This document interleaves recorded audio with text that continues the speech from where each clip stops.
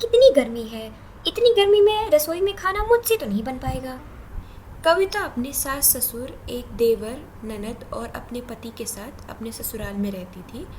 अपने पूरे घर का काम कविता खुद अकेले संभालती थी। गर्मियाँ बहुत पड़ रही थी, इसलिए उसको रसोई में खाना बनाते वक्त बहुत गर्मी लग रही थी, जिसकी वजह से वो परेशान होकर घर में एसी लगवाने की ठान ली थी। माँ जी, अब या तो रसोई में एसी लगवाइए, वरना मैं तो नहीं जा रही रसोई में खाना बनाने के लिए। आपको गर्मी दिख रही है, कितनी गर्मी पड़ रही है। इतनी गर्मी में कोई खाना कैसे बना सकता है। अब या तो आप घर पे सबसे कह के एसी लगवाइए, या तो फिर खाना रोज़ बाहर से मंगवा लीजिए, क्योंकि मैं तो नहीं बना रही खाना। कविता अपनी सास से इतनी बात कहकर अपने कमरे में चली जाती है। कविता की सास इस बात से परेशान हो जाती है और जाकर अपने पति से कहती है, सुनिए जी, आपकी लाडली बहू ने रसोई में एसी लगवाने की डिमांड रखी है। अब आप ही बताइए क्या करना है। हाँ तो ठीक ही तो कह रही है, इतनी गर्मी पड़ रही है, इतनी गर्मी में कोई कैसे रसोई में खाना बना सकता है। हाँ हाँ, आप तो हमेशा अपनी लाडली बहू की ही तरफदारी करेंगे। बिजली का बिल जो आएगा वो कौन भरेगा।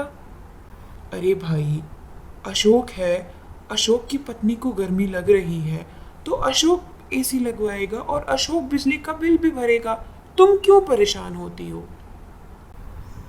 कविता की सास एसी नहीं लगवाना चाहती थी।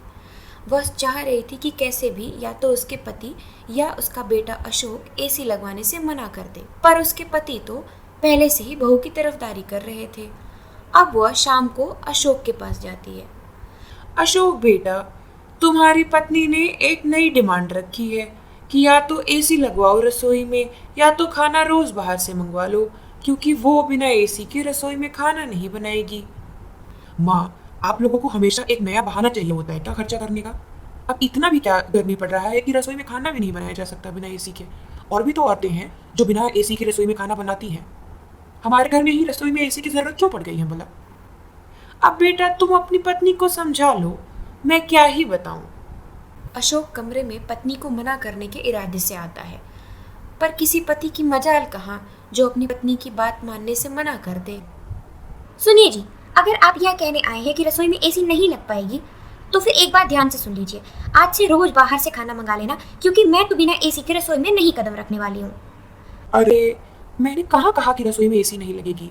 अरे मैं तो ये पूछ रहा था कि कौन सी कंपनी की एसी लगवानी है। कविता खुश हो जाती है। बस फिर क्या, तुरंत पति को लेकर एसी की दुकान पर पहुंच जाती है और अपनी मनपसंद एसी लेकर घर आ जाती है।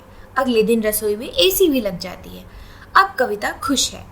अब कविता सबकी पसंद का खाना बनाती थी और खाना बनाने के बहाने पूरा दिन रसोई में एसी चलाकर बिता देती थी।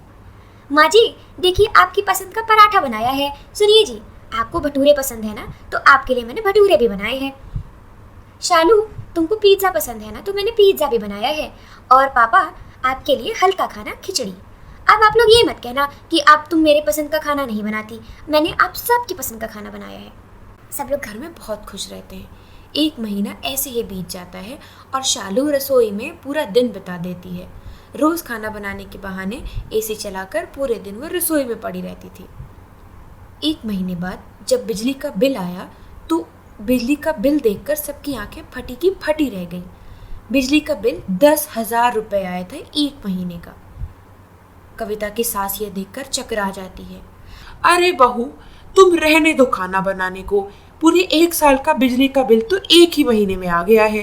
तुम तो ऐसे खाना बनाने लगी तो हम सब सड़क पे ही आ जाएंगे।